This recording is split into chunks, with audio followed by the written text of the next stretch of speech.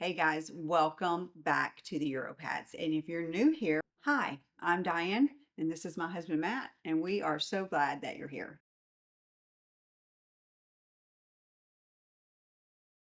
In our last video, we asked you guys if you thought we were crazy for considering Albania, and overwhelmingly, the response was no. We are not crazy for Very, it. very positive. We did have a few questions though that got me thinking.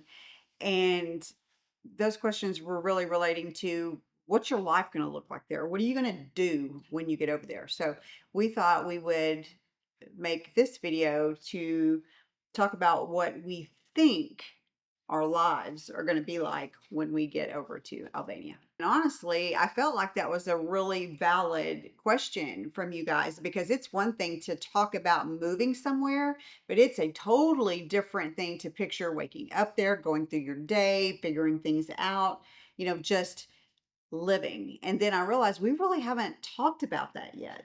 So we're going to talk about it. Hey y'all, we're Matt and Diane.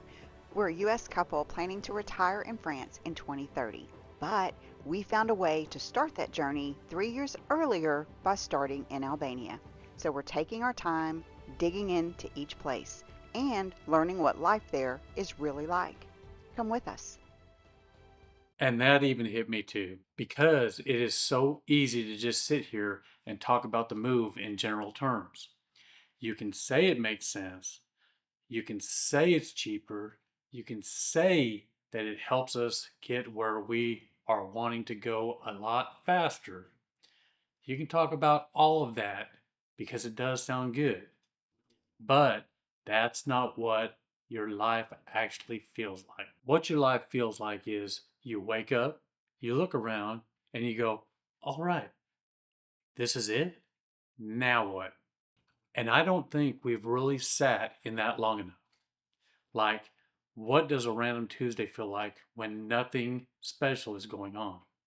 Because that's really what matters. And that's right, because when you think about it that way, it stops being about the move and it starts being about the life. And I think that's where we paused the other night. We were sitting here and we were talking, and it was like, okay, we keep talking about getting there, but what happens after we get there? And that's where the conversation got interesting because we didn't have quick answers. We had pieces, and we had to sit in that a little bit longer. So, the first thing we ended up talking about was mornings. I kept coming back to the mornings for some strange reason, and I think that it's because that's when everything feels the most real. Like, you can talk about moving somewhere all day long, but when you picture waking up there, that's when it hits you. And yeah, I can picture the nice version of it: coffee, quiet, taking your time, not feeling rushed right away. All of that sounds great, but I don't think that's what it feels like at first. I think at first it's more like, okay, this is real now. And now we've got to figure everything out. Where do we go? How does this work? What's normal here? All the little stuff that we don't even think about right now. And I think that's the part that's easy to skip over when you're just talking about the idea. And I think what you're describing is exactly why the mornings matter so much, because that's when you feel the difference the most, right? Because here, everything is automatic. You don't have to think about your routine. You don't have to think about where to go or how things work. You just move through your day and you don't even notice that you're doing it. You just do it. And it is not going to be like that No. over there at all. It's going to be one cluster after another, after another, after another, with us trying to figure it out in a language that we don't speak. Like we've said, it will be an adventure. So even something simple like going to get coffee or going to the store becomes something that you actually have to think through. It's not going to be an automatic thing. And I think that's where I had to catch myself because my first instinct was to picture the peaceful version of it, the slower, calmer version. But as we've said before, having to speak to somebody in a different language, just the thought of having to figure out what you need to say. By the end of the day, we're going to be exhausted from thinking so much. Be mentally Yeah, it's exhausting. mentally exhausted. Right. But I think people hear slower and assume that means easier. And I don't think that's true. I think it's just not rushed. But at the same time, you're using your energy in a different way because instead of rushing through everything, you're paying attention more. You're figuring things out more. You're not on autopilot anymore. And I don't think that's a bad thing. I actually think that just might be part of what makes it interesting. But I do think it's something you feel, especially in the beginning. And I agree with that because I think when we say that we want a slower life, what we're really saying is that we don't want to feel constantly rushed and pulled in 100 different directions. But that doesn't mean we want everything to be effortless. It might feel better overall, but that doesn't mean that it won't feel uncomfortable at times. A lot of times. I feel like there's going to be a lot of discomfort Mhm. at first. And I think that's where the conversation started to change for us because it stopped being about what we would do. And started being about how it would actually feel. And this is where it really clicked for me because we've talked about cost a lot, but we've always talked about it like numbers, rent, groceries, budget. But when we started thinking about our actual day, I realized it's not just about money, it's about pressure. Because when you're constantly doing that mental math in the background of your life, it changes everything. It changes how you feel about going out, how you feel about spending, how you feel about your day in general. Yeah, and that's what stood out to me too. Because even when you don't think about it, you're always kind of thinking about money. It's just always there. Even small stuff. You're still running it through your head. Should we do this? Should we not? And that never really shuts off. So if that eases up even a little, that's a big deal because it's not just about saving money, it's about how your day feels. It's not just cheaper, it's lighter. And I think that's the word that kept coming up for me, lighter. Like you're not carrying the same weight all the time. Yeah, things just don't feel as heavy. You're not heavy. He's my brother.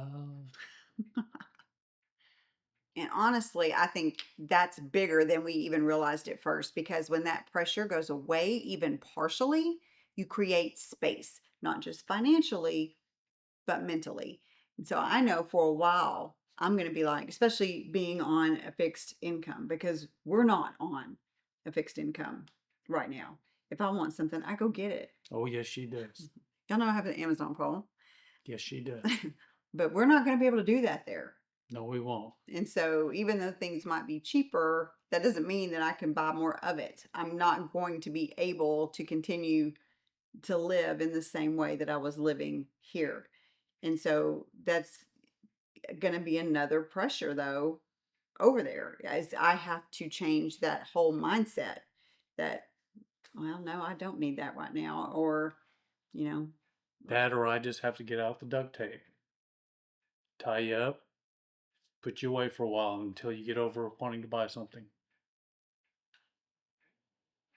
you'll see what I deal with. And it was at this point in the conversation where we both just kind of stopped and said, okay, what are we not thinking about here? Because it really is easy to build a version of this that sounds calm and simple, but we all know that that is not real life. And I think the part that we almost skipped over is we're still starting over. And that's not nothing because it's not the big stuff, it's all the little things. Not knowing how things work right away, having to figure out stuff that you don't even think about now. That's the part that's going to wear on you some days. I think that's the part that I keep coming back to. Not all of the big changes, but all of those small moments where you just feel a little off, And I don't think that means it's wrong. I just think it means it's real. especially at this stage of life. Starting over isn't nothing. Mm-mm. And then that led us into something else that we really hadn't talked much about yet. Yeah, people. Because your day isn't just what you're doing, it's who you're around. And I don't think we really know what that looks like yet. We're not walking into a group of friends. We're going to have to figure that out. And I think that's the part that matters more than we want to admit because you can always have everything else lined up and still feel alone. Yeah, I don't want to feel alone. no. You got me though. Got my best friend here. That was cheesy. I am cheesy. Yeah. But I think that if we're not careful, it would be really easy to stay in our own bubble, which might feel fine at first, but probably not long term. And I think that's where we would have to be intentional about how we live and not just where we live. And then we came back around to the question everybody keeps asking. What would we actually do all day? Nothing. Not work. Not work. We do a lot of walking, Not work. do a lot of exploring. Now, this one is interesting because slow living, it sounds really good, but it can also sound like you're doing nothing. And I don't think that's what it is. I think it's just different. Yeah, I don't think it's less. I think it's just not so all over the place. Yeah, more present, more aware. Yeah, just taking your time more. Yeah, that's it. Yeah. Hmm, Hmm. I think we figured it out.